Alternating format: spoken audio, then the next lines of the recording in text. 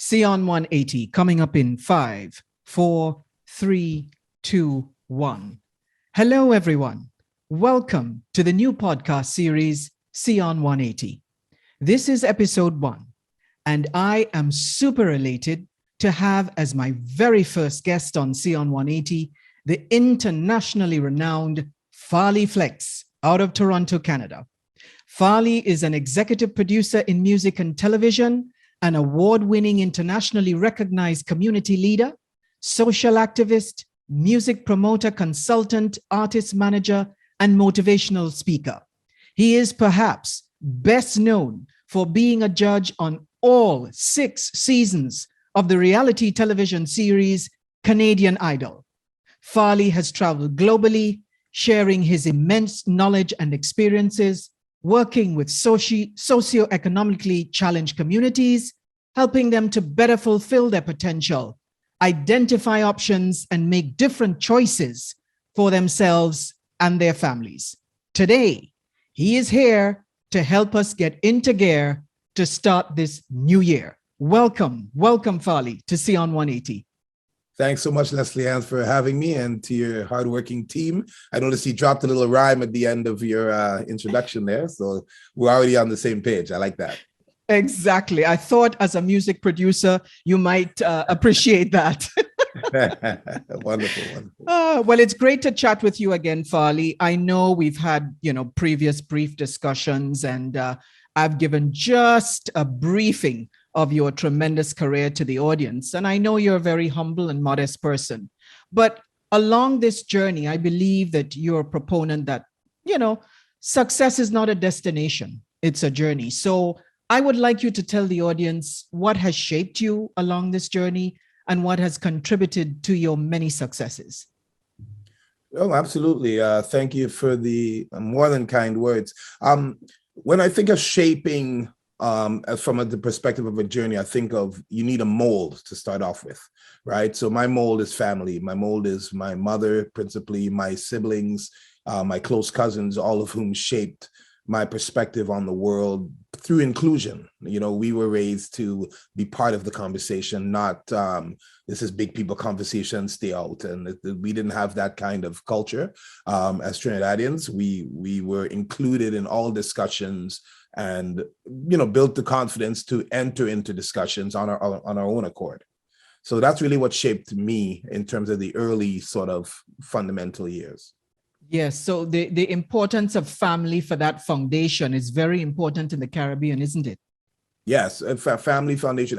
And I think the key word there for me is inclusion, right? So when there was a debate about what car is nicer than the other car, which soccer player is better or football player is better than the other football player, which team do you support, which politicians do you vote for, etc. Philosophically, we were part of those discussions as early as I can remember, quite honestly.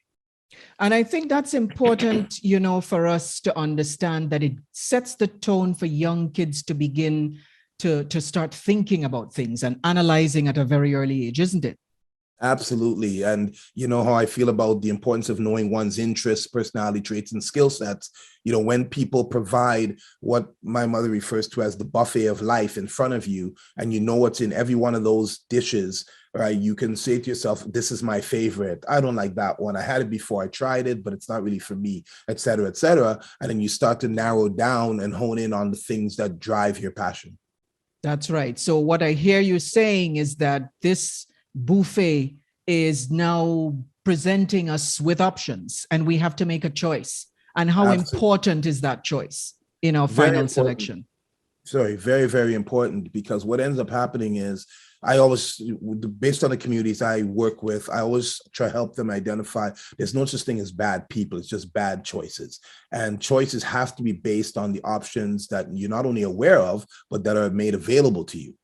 So if you live in a community where the options are narrowed through poverty, racism, whatever it may be, then you're going to choose from what you're aware of. You can't say, I'm going to close my eyes and just reach out and grab something. You choose what's been presented to you by other members of your community, whether positive or negative, other influences in your life. And if those influences happen to be narrow or negative, that's what you're going to choose from, because it's all that you're aware of.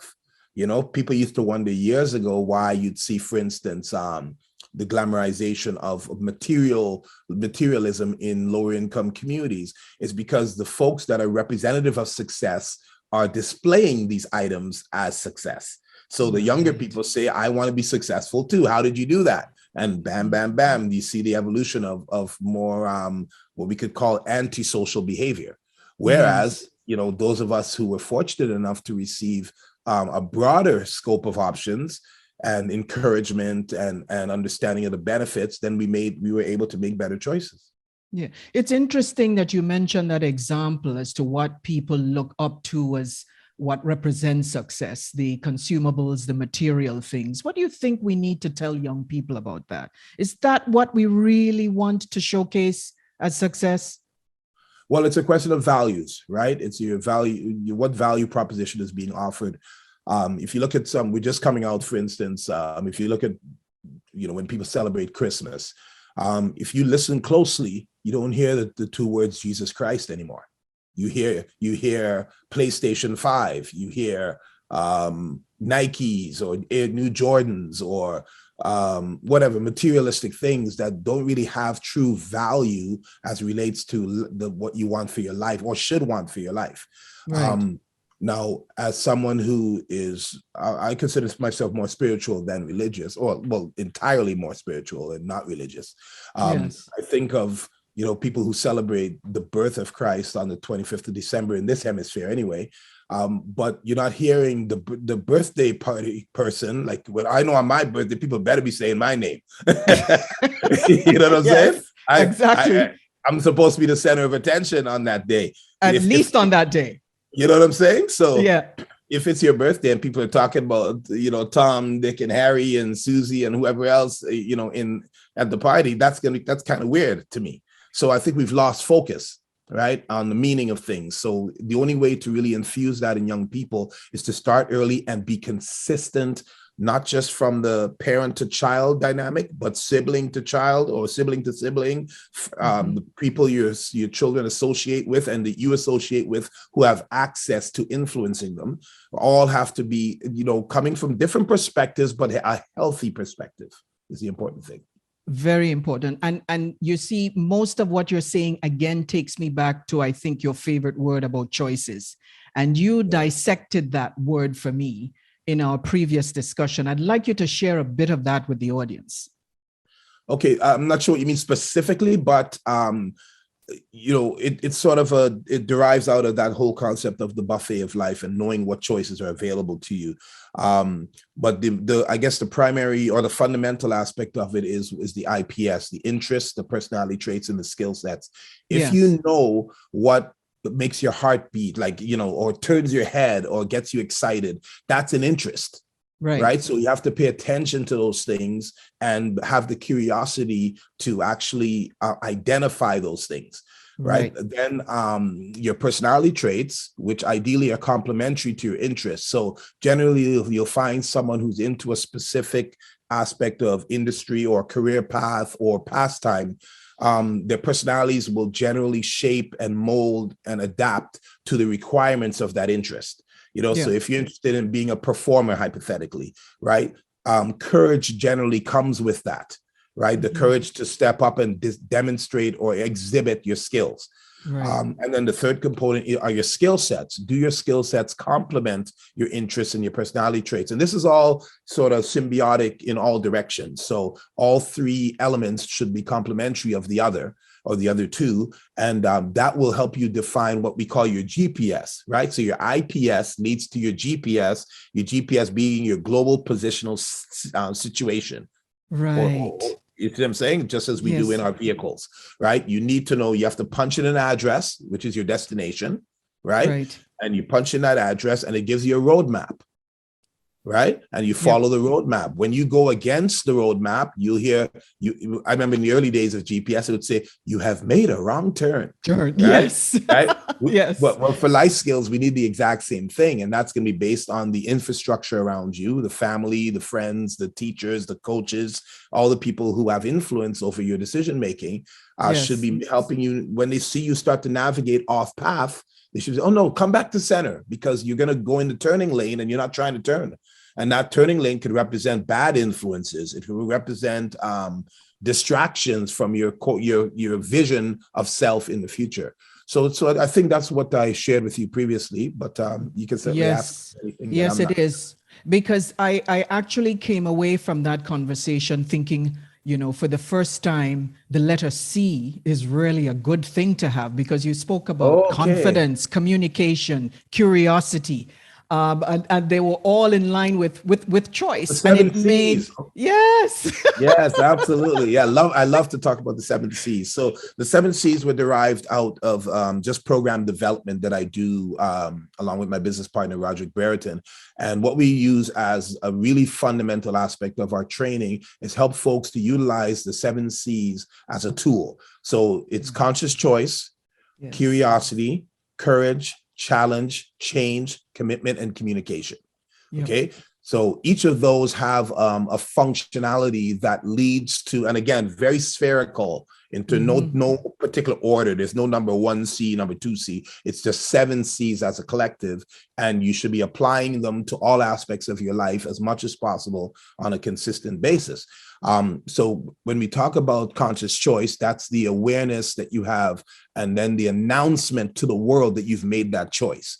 Not making it just internally, but expressing it externally. So those who love and care about you, right, will also facilitate awareness around that. So if I said to you, Leslie, if I said to you, I'm thinking about becoming an astronomer, right? And you and I care about each other. What's going to happen is when you go on your daily path, you're going to be more cognizant, more aware that about any information you see that relates to astronomy, so you can come back and tell me about it. Right. So you're building a network of support just by sharing. Okay. Yes. And that comes through parents, siblings, friends, again, coaches, whomever it may be. Yes. Then if you look at something like, do you want me to go through each one? I can. Yes, please. We need to hear it. Okay. So curiosity, big one. Curiosity is all about that internal drive to know more about the things that generate passion in you. So, if let's use astronomy as the sample here, okay, as the case study. So if you have an interest in astronomy and you've announced it to your world, right, then you have to have the curiosity to pursue the knowledge and the information associated with astronomy. So the more you know about it, the more you can make an accurate decision or choice to pursue it as a career or a pastime or whatever it may be, right? Then you have to look at yourself and say, okay, what is holding me back from my quest to become an astronomer? And what's holding, you have to have the courage to look inside yourself and say, what is holding me back? Oh, I like to smoke weed. Okay, but when I smoke weed, I tend to sleep longer, which means the longer I sleep, the less I'm doing to achieve my goal. Correct. Right. So you have to say, what is that holding me back? And you have to have the courage to look inside yourself and see what is holding you back. And honestly, that could come in the form of substance abuse. It could be relationships, like a partner that is occupying your energy, right? The energy that you need to succeed. Right. So as much as you might be into that relationship, it could be draining you of your potential. Yes. Right? And sometimes too, sorry, Farley, I was thinking about fear being a number one factor, as you mentioned, courage. Absolutely. Fear in making a change, in making that choice, in pursuing that dream. Tell us how you overcome that fear using the same 7 C's. Absolutely. So fear, as we know, is the biggest inhibitor of success, right? So, and a lot of times fear is perspective, but it's also lack of knowledge. It's very closely associated with just general ignorance in the true definition of the word ignorance, right? You don't know, right? You fear what you don't know. So we look at things like racism, and we often hear people say racism is ignorance. When people don't know about another culture, their general habit is to stay away from it because they don't understand it. But the idea with curiosity, it offsets that because it draws you to the things that you're interested in, right? So when you're curious, fear and curious generally don't live in the same house. Fear and curiosity. So what we always encourage people to do, if you're fearful of something, try to understand it before you stamp it down as something you should avoid. right? Try to understand it. You look at racial relations in North America, right? We've heard you look at some of the mechanisms that bring people together, music, sports, etc., and you see people of different races, religions, etc., embracing one another when they're sharing a common victory. When their hometown team wins the game, everybody hugs and high fives. If we could bottle that energy, which has no racism in it, no jealousy in it, it's all saying, we did it. We did it. Strength and diversity. That, absolutely. Strength and diversity. No question about it. So in terms of overcoming fear, then beyond the courage, then the next thing is to challenge yourself, right? To change. Challenge and change worked in tandem here. Challenge yourself to change those things that are holding you back.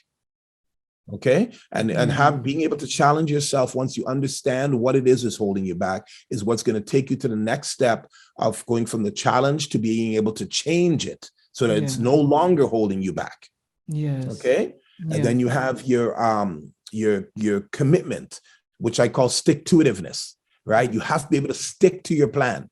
Stick to it without like in a relentless fashion. And if you look at some of the people we all admire in pop culture and in technology and so forth, the Elon Musk of the world, the Bill Gates, the the Michael E. Chins as a business person, they're relentless in their quest to do more, do better, and even if it's to attain more, just financially. But the fact is, they're focused and they don't go off path.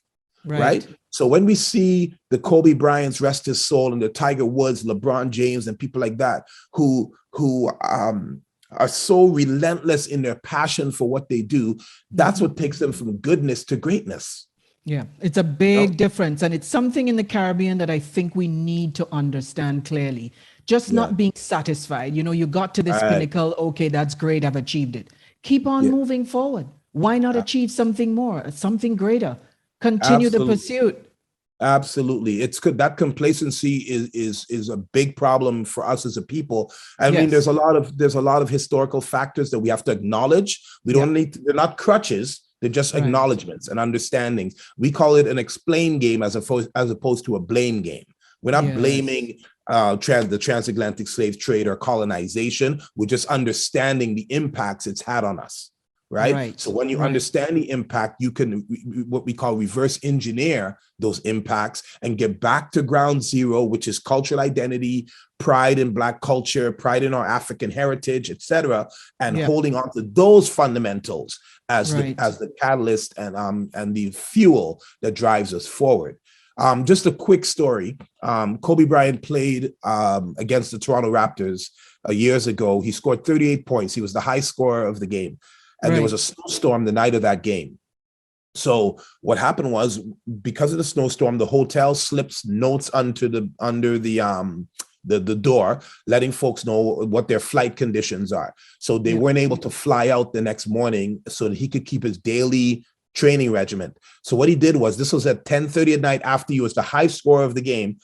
He called his trainer and said, we have to go back to the gym. This is to the stadium in Toronto where he played. And the trainer's, Kobe, it's 10:30 at night. What are you talking about? He said, we just got the note that we can't fly home tomorrow morning, right? Because of the snowstorm. He said, I have to go back to the gym tonight and shoot my 2,500 jump shots that I do every day, because this flight change disrupts my ability to do so.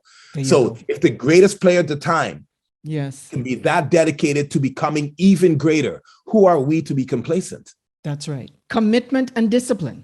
Absolutely. And the final C, in terms of listing it, is communication. The communication of, and this is where understanding that the squeaky wheel gets the oil. When you share with people who it is you are, why you are, what you are, then again, as I said with the conscious choice, people are more aware now of what it is you're interested in and what it is you're achieving, and how they can just by general support that interest and make sure you're aware of all the assets that are available to you. Yeah, and it's very important, I think, for people like yourselves who are abroad and have made it successfully and continuing to do well, to explain this process to those of us in the Caribbean who sometimes feel limited by the fact that we're islands. That we're boat people, as sometimes we are referred to by the metropolis, And I don't think they should be limiting themselves that way. I think Yes. Sorry, go ahead. yeah, no, I think they need to hear voices like yours to understand that there is this strength and this knowledge and this creativity, and I'm looking at your backdrop, that creates a power from within to Yeah, allow you to succeed. absolutely. And this backdrop of the Adinkra symbols, which is part of our heritage, as predominantly most of us who came through the Middle Passage came from Western Africa, and the Adinkra symbols are they all have this particular meaning. I encourage folks to research that.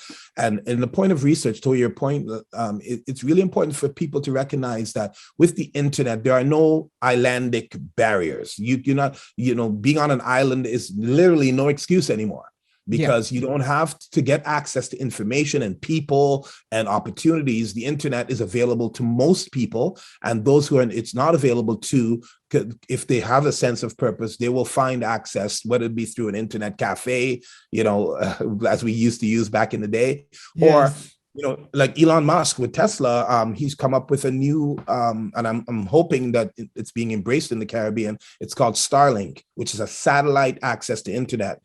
You could have it in the middle of the Sahara Desert and get 5G Wi-Fi, right? It's called Starlink. So I encourage folks to look into that and ensure that it's coming or already existing throughout the Caribbean, so that people who live in rural areas can, again, you remove that excuse that, oh, I have no internet, or I have no access to Wi-Fi and things like that. We have to really make sure that technologically we're at the state of the art, or even better, contributing to advancing the state of the art. We don't always have to be on the receiving end of other people's innovations. We're very creative people. We've shown that through our resilience, through, technically, by the virtue of slavery and all that we've been through, we should not even be here. We know other groups that have literally been wiped out of the planet. And we still thrive in our existence and are still contributing members in many categories, but we need to increase the number of categories that we're contributing to as leaders, not as followers. Not as followers. That's absolutely essential, because I think about the fact that we have this continuum of the pandemic, for instance. And how much it negatively impacts on our youth and just our populations in general, so that people are just trying to wade through feelings of fatigue, stagnation, despair. And I'm thinking that with someone like yourself, you see within every crisis an opportunity. And so how can we tell our young men, for instance, what lies ahead of them, that these are just speed bumps that they need to just navigate over and then proceed to accelerate? What can Farley tell them directly? That's a great question. And, when you think of, I'll use athletics, like the track and field, right? As an example, because I know it's obviously highly appreciated throughout the Caribbean. When you're running a race and you recognize that your opponent is slowing down, your natural instinct is to speed up. Even if you're fatigued yourself, if you see your opponent who is ahead of you slowing down, you speed up inherently, okay? Or even if you're driving your car and you're trying to get into the turning lane and the person beside you in that lane starts to slow down, you recognize, okay, I can speed up, go ahead of them, right? Safely, of course, and make that and get into that lane so I can make the appropriate turn that I hope to make. Same thing with tragedy and crisis and so forth. When the world around you slows down, you should have the tools ready and available to speed up, right? And that speeding up can either get you ahead or get you at least not as far behind as you were. And that's why we have a program called Prep in Your Step. How do you prepare for your next step? I like that. And that comes from long-term preparation. What are you doing like 4 years before COVID comes?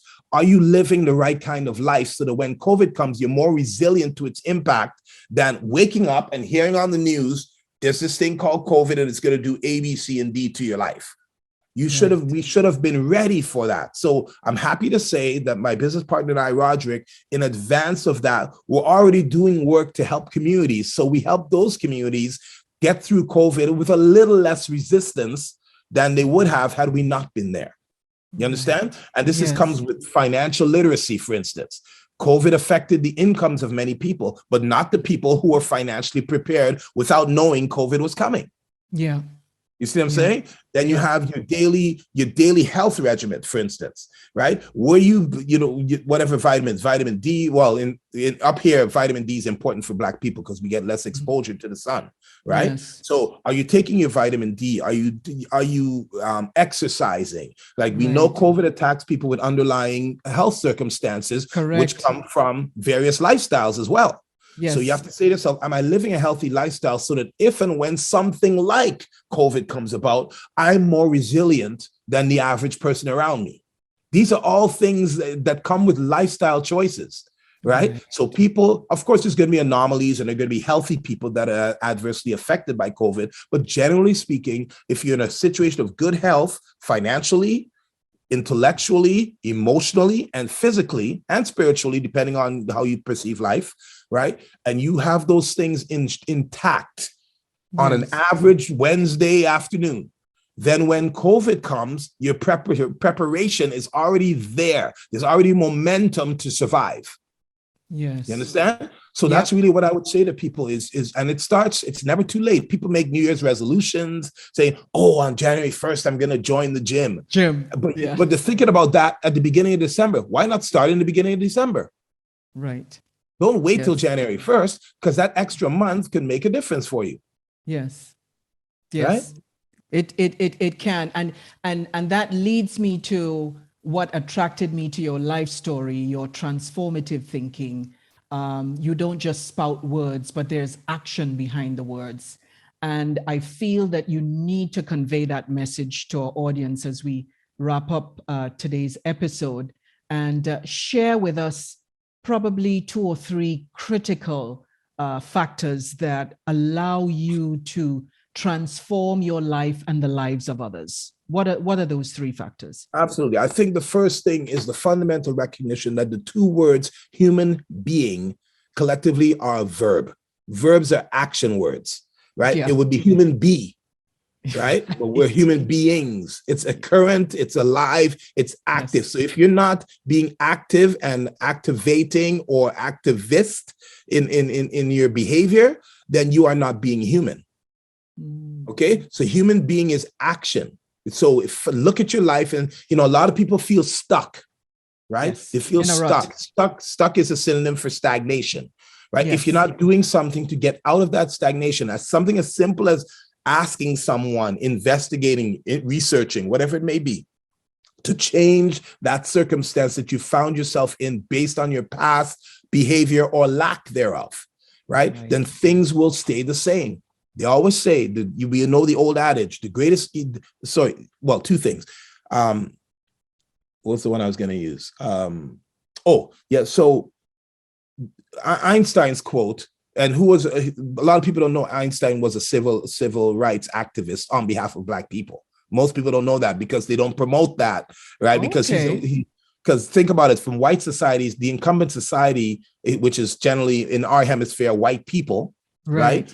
They are not going to acknowledge that the person that they've titled as the smartest person ever was also against racism. Okay, but he said that the greatest evil is not what we humans do, it's those who stand by and watch it being done. Now you can transform that into your personal life and say, the worst thing we can do to ourselves is recognize something that we're not doing and not do something about it. Right? We have to acknowledge, recognize, and activate some sort of strategy to get out of that stuck circumstance, right? That's number 1. I would say that the implementation of the 7 C's is critical to getting out of the whole concept of transformative change, right? We have to change our circumstance and become contributing members, not just to our own lives, but to the lives of those we care about and to the general population. When cancer gets solved, are there Black researchers at the table? When global warming gets solved, are there Black geologists, et cetera, at the table? When crime is mitigated to its lowest level, are there Black minds contributing to that outcome? Where are we at the table? Because if you're not at the table, you're going to be on the menu. That's right. And that's the key right there. So where are we in the resolve of these global and local issues and personal issues? Is somebody else going to solve your problem for you? Or are you going to contribute to solving your own challenges? When you contribute to solving your own challenges, an inherent level of confidence boost happens because you feel a sense of accomplishment. Yeah. You know, if you were getting a D in math at school, and you said, "No, what? I'm going to buckle down. I'm going to go on Khan Academy. I'm going to get a tutor. I'm going to do whatever it takes." And then you bump yourself up to a B. The feeling that you get when you see that paper that says B on it, and you're used to the D's historically, that we have to bottle that. Right? And use that as the fuel to continue to inspire us and keep us interested and curious about our own potential. We must be curious about our potential. Good. And we do have the potential in the Caribbean. So there's no excuse. Absolutely. No excuse. Thank you so much, Farley. It was wonderful chatting with you. Thank you for imparting the words of wisdom to our Caribbean audience. So many key words: the prep in the step, the curiosity, the challenge, the commitment, the empowerment, the discipline, the continuous pursuit. These messages and these themes that have come through your chat with me today are certainly encouraging and inspiring. And that's what we want to do. We want to motivate our audience to move beyond neutral. Get out of that chair, go pursue, go do it, be active. Absolutely. Thank you very much for having me, sister. I really appreciate it. I wish you the best of success with the podcast. Embrace your audience and interact with them, and make sure if they ask you questions that I'm always here to help you and support you in if they have questions about anything that I've said. Happy to facilitate that kind of support. Brilliant, because I'm sure there will be a lot of questions that they'll want to forward to you. Thank you so much for appearing on this podcast. All right. God bless you. Take good care. All the best. Okay. Cheers. Bye-bye.